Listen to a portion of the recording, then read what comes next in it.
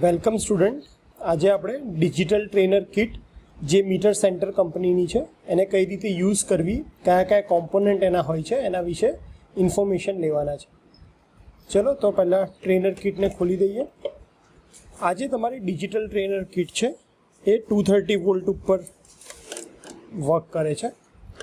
Supply અંદર પછી ટ્રાન્સફોર્મર્સની મદદથી 5 વોલ્ટ અને 12 વોલ્ટમાં કન્વર્ઝન થાય છે.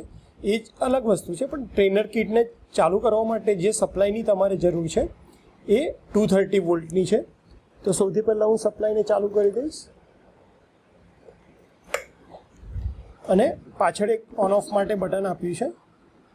આ બટનને આપણે ઓન કરીશું તો આપણી જે કિટ છે એ સ્ટાર્ટ થઈ જશે. કિટ સ્ટાર્ટ થઈ ગયા પછી આપણે એના દરેક જે કોમ્પોનન્ટ છે એના વિશે માહિતી મેળવીએ. સૌથી પહેલાં સ્ટાર્ટ કરીએ ઇનપુટથી. તો આ જેટલી પણ સ્વિચ, ટોટલ તમને અહીંયા 10 સ્વિચ દેખાય છે. આ 10 સ્વિચ તમે ડિજિટલ ઇનપુટ માટે યુઝ કરી શકો છો. ડિજિટલનો મતલબ છે 0 અથવા 1 સ્ટેટ, જે આપણે ડિજિટલ સર્કિટમાં ભણીએ છીએ કે લોજિક અથવા તો 0 હોઈ શકે અથવા તો 1 હોઈ શકે. Logic 0 means 0 volt, logic 1 means 3.5 થી લઈને 5 વોલ્ટ સુધી કોઈ પણ હોઈ શકે.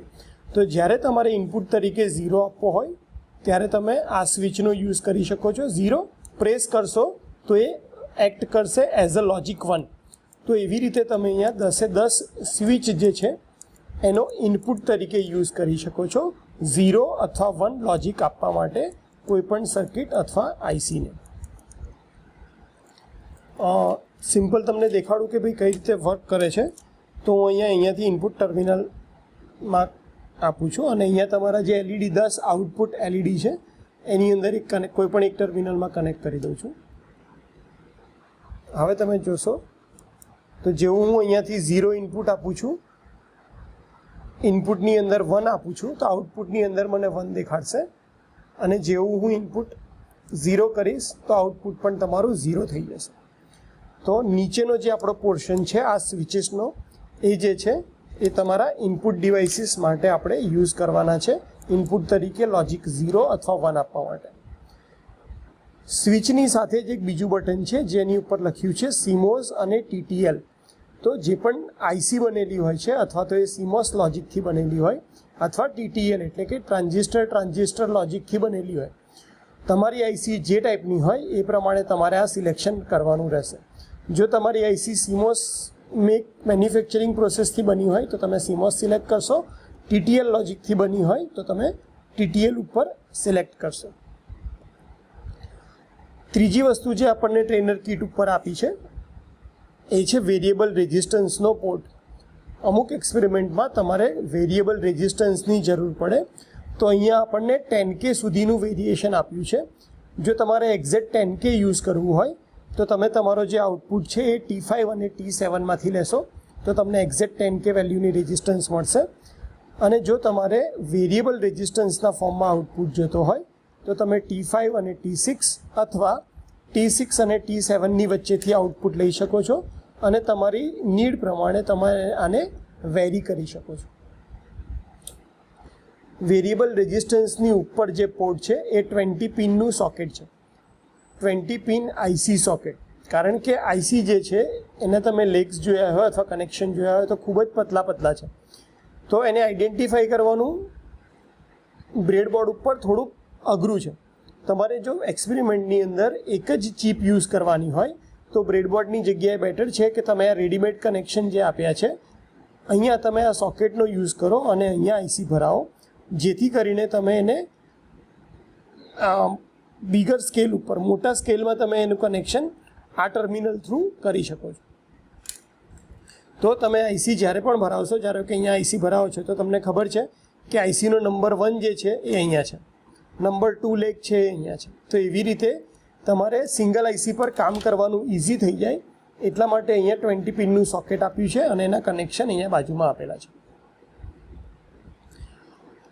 આ જે પોર્શન આપ્યો છે લોજિક પ્રોબ એ એના માટે છે કે તમારું જે આઉટપુટ અથવા તમારે જે લોજિક કન્સિડર કરવું છે એની વેલ્યુ 0 છે કે 1 જો એ તમને ખબર ના હોય તો તમે અહીંયા ઇનપુટ આપી અને વેલ્યુ ચેક કરી શકો છો. જેમ કે અત્યારે ઇનપુટમાં કશું જ નથી તો તો આપણને એલ લખેલું દેખાડે છે, એટલે કે લોજિક લો, એટલે કે 0 વોલ્ટ. હવે જો હું અહીંયા તમને કનેક્શન કરીને બતાવું,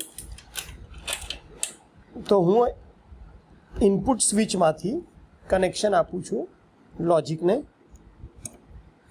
અત્યારે સ્વિચ ઓફ છે એટલે કે લોજિક 0 જઈ રહ્યું છે, તો અહીંયા દેખાડે છે 0 લોજિક.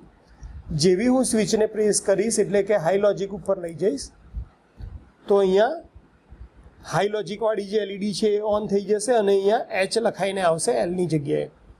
જેવું હું પાછું ઓફ કરીશ તો ગ્રીન એલઈડી એટલે કે લો લોજિકની એલઈડી ઓન થઈ જશે અને અહીંયા એલ લખાઈને આવશે. તો આ જે પર્ટિક્યુલર પોર્શન છે એનો યુઝ તમારું લોજિક હાઈ છે કે લો એ જાણવા માટે થાય છે. એની ઉપરનો પોર્શન છે ઇમ્પોર્ટન્ટ છે. ફ્લિપ ફ્લોપ અને જે પણ એવી ડિવાઇસ કે જેની અંદર ક્લોકની જરૂર પડે છે એ બધી ડિવાઇસીસ માટે આ પોર્શન કામનું છે. આ ટ્રેનર કિટ ઉપર તમને ટોટલ 7 ક્લોક આપેલી છે.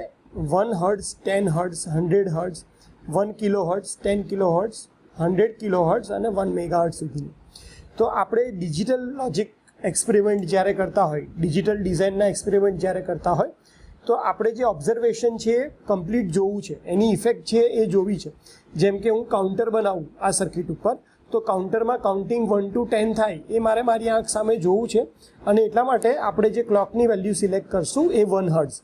જો તમે 10 હર્ટ્ઝ કે 100 હર્ટ્ઝ સિલેક્ટ કરશો અથવા એના કરતાં વધારે કોઈ પણ ક્લોકની વેલ્યુ સિલેક્ટ કરશો, તો જે ઇફેક્ટ હશે એટલી ફાસ્ટ હશે કે નોર્મલ આંખોથી આપણે ઓબ્ઝર્વ નહીં કરી શકીએ.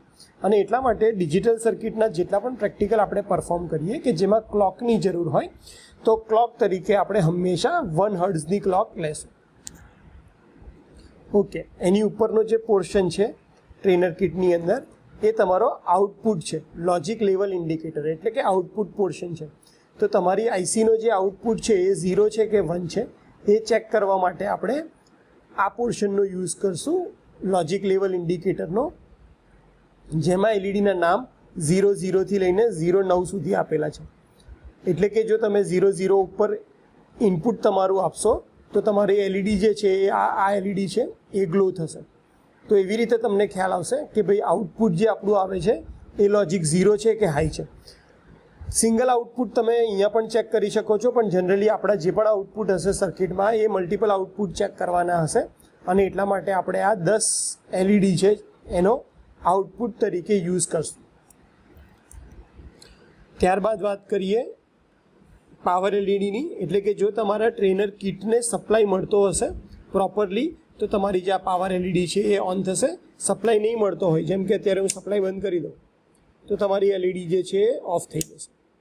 તો સપ્લાય ઓન કરવાથી એલઈડી ઓન થાય છે, જે આપણને ઇન્ડિકેટ કરે છે કે તમારા બોર્ડને જે સપ્લાય મળે છે એ પ્રોપર છે કે નહીં. એના પછી જનરલી જેટલી પણ ડિજિટલ આઈસી છે એ બધી અથવા તો 5 વોલ્ટ ઉપર કામ કરતી હોય છે અથવા 12 વોલ્ટ ઉપર કામ કરતી હોય છે. તો જ્યારે પણ તમારા એક્સપેરિમેન્ટમાં 5 વોલ્ટની જરૂર પડે તમે આ બે જગ્યાએથી લઈ શકો છો. તો ટોટલ આપણી પાસે 5 વોલ્ટ માટે 2 સપ્લાય અવેલેબલ છે, 12 વોલ્ટ માટે 2 સપ્લાય અવેલેબલ છે, -12 વોલ્ટ માટે 2 સપ્લાય અવેલેબલ છે. અને ડિજિટલની અંદર ગ્રાઉન્ડ વોલ્ટેજનું ઇમ્પોર્ટન્સ ખૂબ જ હોય છે, 0 વોલ્ટ તમારે આપવાના હોય છે. તો એના માટે પણ આપણી પાસે 2 સોર્સ, 2 ટર્મિનલ અવેલેબલ છે. તો આ થયો તમારો ફિક્સ ડીસી પાવર સપ્લાયનો પોર્શન કે જ્યાંથી આપણે આઈસીને સપ્લાય આપવાના છીએ. ત્યારબાદ વાત કરીએ કે મેન્યુઅલ પલ્સરની. તો ઘણીવાર તમારે ફિક્સ ક્લોક આપવાની જગ્યાએ મેન્યુઅલ ક્લોક આપવાના હોય છે. મેન્યુઅલ ક્લોકનો મતલબ છે કે લોજિક તમે હાઈમાંથી લો કરો અથવા લોમાંથી હાઈ કરો. તો જેમ કે અહીંયા તમે જોઈ રહ્યા છો કે અત્યારે જે લોજિક છે, જે પલ્સીસ છે એ ટ્રિગરિંગ જે છે એ લો ટ્રિગરિંગ છે. તમારે લોમાંથી હાઈ કરવું હોય તમે અહીંયા પ્રેસ કરશો તો આ જે પલ્સ છે એ હાઈ ટ્રિગર આપશે. એવી જ રીતે અહીંયા બીજું પણ મેન્યુઅલ પલ્સર છે, તમે અહીંયાનું બટન પ્રેસ કરી અને તમે મેન્યુઅલી ટ્રિગરિંગ કરી શકશો. તો જ્યાં પણ તમને ટ્રિગરિંગની જરૂર પડે મેન્યુઅલી ત્યાં તમે આ બંને સ્વિચની મદદથી ટ્રિગરિંગ ઓપરેટ કરી શકો છો. તો અત્યાર સુધી આપણે મેઇનલી જે પણ યુઝફુલ પોર્શન છે બધા જોઈ લીધા છે. હવે મેઇન પોર્શનની વાત કરીએ કે જે છે બ્રેડબોર્ડ, જ્યાં તમે તમારી આઈસી ફિટ કરવાના છો. તો આઈસી ફિટ કરવા માટે અહીંયા જે આ દેખાય છે આ ટોટલ બે બ્રેડબોર્ડનું કોમ્બિનેશન છે. એક બ્રેડબોર્ડની અંદર પહેલી બે પાવર સપ્લાય લાઇન, પછીની બીજી બે લાઇન છે એ કોમ્પોનન્ટ માટેની લાઇન છે, અને નીચે પછી પાછી બે જે લાઇન છે એ તમારી પાવર સપ્લાયની લાઇન છે. અહીંયાથી બ્રેડબોર્ડ જે છે એ બીજું બ્રેડબોર્ડ આની સાથે કનેક્ટ કર્યું છે. ઓકે, બ્રેડબોર્ડની ખાસિયત શું હોય છે? તો બ્રેડબોર્ડમાં જે તમારી પાવર સપ્લાય લાઇન છે એટલે ઉપરની બે લાઇન અને આ વચ્ચેના બે પોર્શનને છોડી નીચેની બે જે લાઇન છે એને પાવર લાઇન તરીકે ઓળખાય છે. પાવર લાઇન એટલે કે એની અંદર હોરિઝોન્ટલ પોર્શન જે છે એ આખો શોર્ટ હોય છે. ફોર એક્ઝામ્પલ આપણે તમને હું કનેક્શન કરીને બતાવું તો અહીંયાથી ઇનપુટ આપું છું હું હોરિઝોન્ટલની અંદર આ પ્લસ લાઇન ઉપર સપ્લાય આપું છું અહીંયા. તો હવે મારે જે આઉટપુટ લેવાનો છે, આઉટપુટ માટે હું LED પ્રિફર કરું છું. અને તમે જોઈ રહ્યા છો કે આ આખી હોરિઝોન્ટલ લાઇન શોર્ટ છે. કેમ? જો હું અહીંયા કનેક્ટ કરીશ અને ઇનપુટ આપીશ અહીંયાથી તો તમારી LEDની આઉટપુટ લાઇન સ્ટાર્ટ થશે. એ ઇન્ડિકેટ કરે છે કે તમારી અહીંયા સપ્લાયની હોરિઝોન્ટલ લાઇન જે છે એ શોર્ટ છે. એવી જ રીતે આપણે આગળ જઈએ તો અહીંયા સુધી એ લાઇન શોર્ટ છે, અહીંયા સુધી એ લાઇન શોર્ટ છે, અહીંયા સુધી એ લાઇન શોર્ટ છે, અહીંયા સુધી. એટલે તમે જોઈ રહ્યા છો કે એક જ જગ્યાએ સપ્લાય આપી તમે આ આખી હોરિઝોન્ટલ લાઇન છે એના ઉપર સપ્લાય અવેલેબલ કરાવી શકો છો.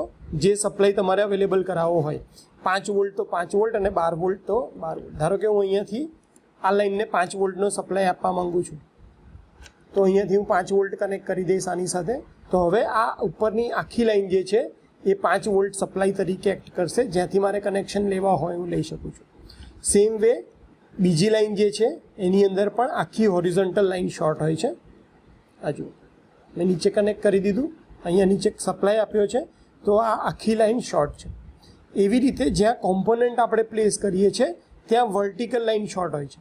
જો હું સપ્લાય અહીંયા નીચેના પોર્ટ ઉપર આપી રહ્યો છું અને હવે અહીંયા બાજુમાં કોઈ પણ જગ્યાએ કનેક્ટ કરીશ તો LED સ્ટાર્ટ નથી થવાની, કારણ કે આ જે કોમ્પોનન્ટ પ્લેસમેન્ટ એરિયા છે ત્યાં તમારી વર્ટિકલ લાઇન શોર્ટ હોય છે. તો આ લાઇનમાં જો હું અહીંયા કનેક્ટ કરીશ તો ત્યારે LED સ્ટાર્ટ થશે. કેમ? કારણ કે આ વર્ટિકલી શોર્ટ છે. તો બ્રેડબોર્ડ એ ખૂબ જ ઇન્ટેલિજન્ટલી બનાવેલું ઇક્વિપમેન્ટ છે કે જેની અંદર તમે તમારા કોમ્પોનન્ટ કનેક્ટ કરી અને એક્સપેરિમેન્ટ ઇઝીલી કનેક્ટ કરી શકો છો. ઓકે, હવે વાત આવે કે IC કનેક્ટ કરવાની. તો IC કનેક્ટ કરવા માટે આ બ્રેડબોર્ડની વચ્ચે જે ખાંચા આપ્યા હોય છે ત્યાં તમારે તમારી IC ફિટ કરવાની હોય છે. ફિટ કરતી વખતે ધ્યાન રાખવાનું છે કે કનેક્શન પ્રોપરલી થાય અને ICના લેગ છે એ તૂટી ના જાય. તમે જ્યારે પણ પ્રેક્ટિકલ પરફોર્મ કરી લો પછી જ્યારે પણ IC કાઢવાની છે ત્યારે આવું કોઈ પેન કે એવી કોઈક વસ્તુ લઈ અને ધીરેથી IC કાઢવાની છે. જો તમે ડાયરેક્ટ ICને ખેંચવાનો ટ્રાય કરશો અહીંયાથી તો ICના જે લેગ્સ હોય છે એ તૂટી જવાની પોસિબિલિટી હોય છે. એટલે પોસિબલ હોય તો આવી પેન કે એવી કોઈક વસ્તુ લઈ અને ICને નીચેથી પુલ કરવાની, તો તમારી IC ઇઝીલી નીકળી જશે. ઓકે, તો આટલા પાર્ટનું ઇન્ટ્રોડક્શન લીધા પછી આપણે લાસ્ટ પાર્ટ ઉપર જઈએ કે જે તમારું BCD 7 સેગમેન્ટ ડિસ્પ્લે છે. આ જે તમારી અહીંયા IC દેખાય છે આ IC બાઇનરી કોડેડ ડેસિમલ, એટલે તમે 4 બાઇનરી કોડ આપશો એને તો એ તમને ઇક્વિવેલન્ટ ડેસિમલ વેલ્યુમાં કન્વર્ટ કરીને આપશે. જેમ કે અત્યારે હું 4 ઇનપુટ અહીંયાથી લઈ લઉં છું અને એને બાઇનરી કોડેડ ડેસિમલ સાથે કનેક્ટ કરીશ.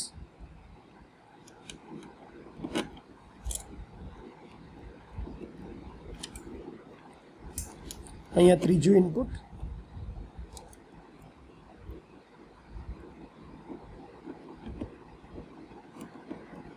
અને ત્યારબાદ ચોથું કનેક્શન.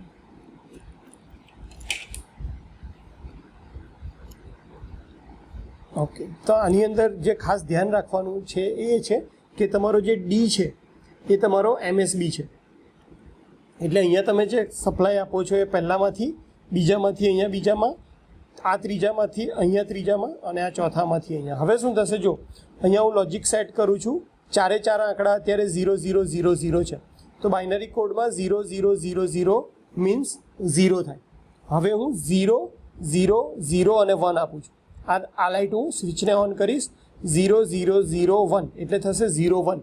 તો ઉપર તમે જોઈ રહ્યા છો કે 1 નંબર લખીને આપશે. 0010 કરીશ તો 2 લખાઈને આવવું જોઈએ, અત્યારે 2 લખાઈને આવે છે. 11 કરીશ તો 3 લખાઈને આવશે. 1000 કરીશ તો 4 લખાઈને આવશે. 101 તો 5, 110 તો 6, 111 તો 7 અને 1000 તો 8. 1001 એટલે 9 અને બાઇનરી કોડેડ ડેસિમલ જે BCD વેલ્યુ હોય છે એ ખાલી 0 થી 9 સુધી જ ઇન્ડિકેટ કરે છે.